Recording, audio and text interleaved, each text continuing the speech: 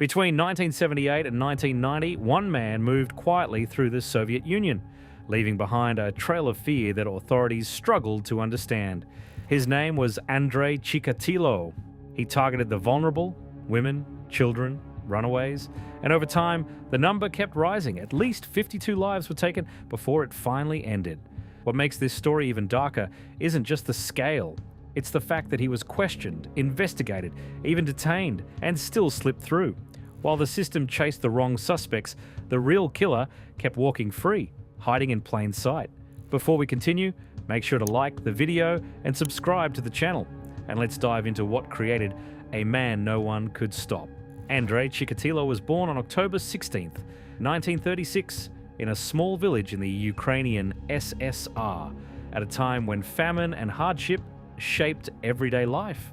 His family lived in a one-room hut, often without enough food. He later claimed he didn't eat bread until the age of 12, surviving on grass and leaves during extreme hunger. His childhood was filled with fear, war, and instability. During World War II, he witnessed bombings, fires, and shootings, even seeing his own home destroyed. At home, things were no easier. He was frequently beaten and humiliated, especially for bedwetting. Outside, he was bullied for his weak physical condition and quiet nature. Despite this, he performed well in school and became deeply involved in studies and political activities, even earning praise from teachers. But as he grew older, deeper struggles began to surface. He suffered from chronic impotence, which brought intense shame and isolation. After one incident where others discovered his condition, he admitted, "Girls were going behind my back, whispering that I was impotent. I was so ashamed. I tried to hang myself." From the outside, he looked disciplined and ordinary, but inside, something far darker was building. And as those inner struggles grew, they didn't stay hidden for long. They started to show in ways no one stopped in time. By the early 1960s, Andrei Chikatilo appeared to be building a stable life. In 1963, he married Feodosia Odnacheva, and together they had 2 children, a daughter in 1965 and a son in 1969. He later completed a degree in Russian literature and began working as a teacher. From the outside, everything looked ordinary. A family, a job, a routine life. But behind that image, clear warning signs were already there. As a teacher, he struggled to maintain discipline and was often mocked by students. As more concerning were repeated complaints about inappropriate behavior. In 1973, he was involved in serious misconduct with a teenage student, and later that year, another incident occurred inside a classroom. Despite this, he was not formally punished. Instead, he quietly moved between jobs. Over time, his behavior became more troubling. By the mid-1970s, he was regularly approaching young girls in public places, using small gifts like chewing gum to start conversations and gain trust. Several incidents of misconduct were linked to these encounters. Each time, the pattern was the same. Complaints were raised, but no decisive action followed. He remained free, blending into everyday life. And by 1978, those ignored warning signs would turn into something far more serious, marking the beginning of a long and terrifying pattern. In December 1978, Andrei Chikatilo crossed a line that could never be undone. After moving to Shakhty, he lured a 9-year-old girl named Yelena Zakotnova to an old hut he had purchased. What followed became his first documented killing. Her body was later found near the Grushevka River on December 24th. What makes this moment even darker is what happened next. There was evidence pointing toward him. Witnesses had seen a man matching his description with the victim. Signs placed him near the scene. Yet despite this, another man, Alexander Kravchenko, was arrested. He had an alibi, supported by multiple people, but under pressure, his statements changed. He later retracted his confession, saying it had been forced. Still, he was convicted. His sentence was first reduced, then later reversed. In July 1983, he was executed for a crime he did not commit. Meanwhile, the real killer remained free. After this incident, Chikatilo later admitted that the act itself became something he could not forget.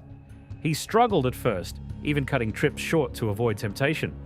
But the pattern had already begun forming, and once that line was crossed, the time between each act began to shrink. By the early 1980s, the pattern was no longer hidden. In September 1981, Andrei Chikatilo killed again. This time, targeting a 17-year-old student near a bus stop in Rostov. Less than a year later, in June 1982, another victim, 13-year-old Lyubov Biryuk, was taken while walking home. Her case became one of the first clearly linked to a growing series. After that, the pace increased. Between July and September 1982 alone, 5 more victims between the ages of 9 and 18 were killed. Many were approached near bus stops or railway stations, places where people naturally trusted brief conversations. He used simple tactics, offering help, directions, or small items to gain trust before leading them away. By January 1983, at least 4 cases were officially connected, and a special investigation team was formed. The operation grew larger as more victims were discovered. The pattern was clear: similar locations, similar methods, similar outcomes. Yet despite this, confusion remained. Several individuals confessed to these crimes during this time, but the pattern didn't stop. Bodies continued to appear, proving the real person responsible was still free. Over 1,000 unrelated crimes were also solved during this investigation, including 95 killings, but not the one case that mattered most. And just as the pressure started building, the man behind it all was about to walk straight into the investigation, without anyone realizing it. In September 1984, the case came closer than ever to being solved, but still slipped away.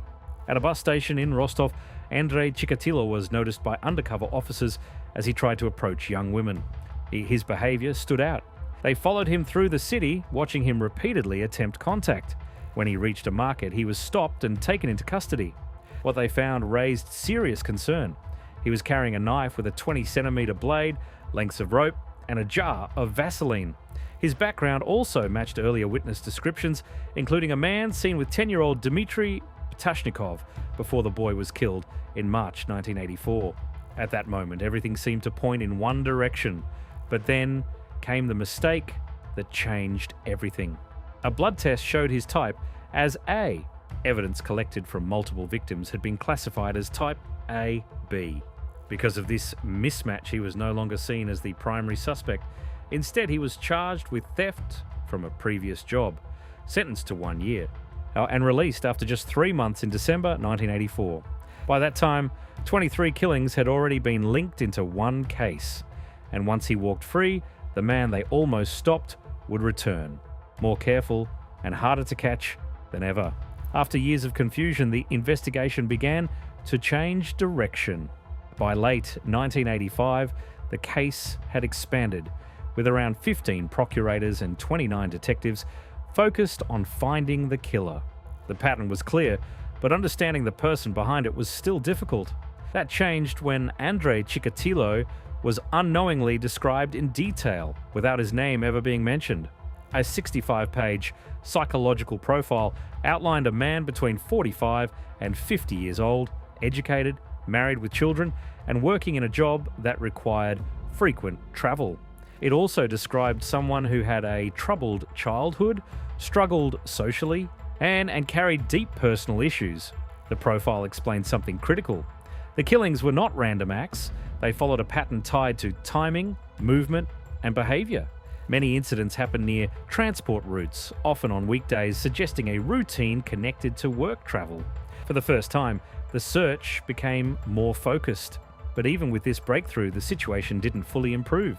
For almost a year after 1985, there were no confirmed linked cases in the main area, creating uncertainty. Then, in 1987, 3 more victims appeared, but far from the original locations and not immediately connected to the case.